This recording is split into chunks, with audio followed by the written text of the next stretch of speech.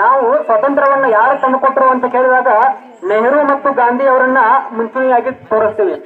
ಆದರೆ ನೆಹರು ಮತ್ತು ಗಾಂಧಿ ಅವರ ಮುಂಚೆಯೂ ಕೂಡ ಅವರಂತೆ ಹೋರಾಟ ಮಾಡಿ ಮಡಿದು ತಾಯಿ ಭಾರತ ಮಾತೆಗೆ ರಕ್ತವನ್ನ ಬೆಸೆದಿರುವಂತಹ ಅದೆಷ್ಟು ಕ್ರಾಂತಿಕಾರಿಗಳನ್ನ ನಾವು ನೆನಪು ಮಾಡ್ಕೊಳ್ಳದೆ ಹೋಗ್ತೀವಿ. ಹಾಗೆ ಬಾಬು ಕೃಷ್ಣಮೂರ್ತಿ ಅನ್ನುವಂತಹ ಒಬ್ಬ ಶ್ರೇಷ್ಠ ಸಾಹಿತಿ ತನ್ನ 4 ಸಂಪುಟದಲ್ಲಿ ಒಂದು ಪುಸ್ತಕವನ್ನು ಹೊರತಂದ್ರು, ಸ್ವತಂತ್ರ ಹೋರಾಟದ ಹೀರೋಗಳು ಅಂತ ಹೇಳಿ. ಅದೆಷ್ಟು ಭೂಗತವಾಗಿ ಹೋಗಿರುವಂತಹ ಕ್ರಾಂತಿಕಾರಿಗಳನ್ನ ಅವರು ನೆನಪಡ್ಕೊಳ್ತಾ ಹೋಗ್ತಾರೆ.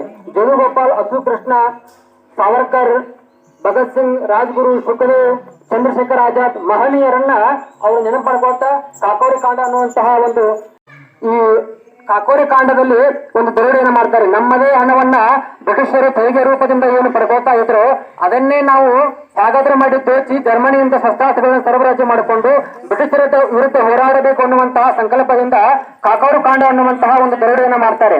ಇದಕ್ಕೆ ಮೂಲ ಪ್ರೇರಣೆ ಯಾರಪ್ಪ ಅಂತ ಕೇಳಿದ್ರೆ ರಾಮಕೃಷ್ಣ ಬಿಸ್ಮಿಲ್ ಅನ್ನುವಂತಹ ವ್ಯಕ್ತಿ.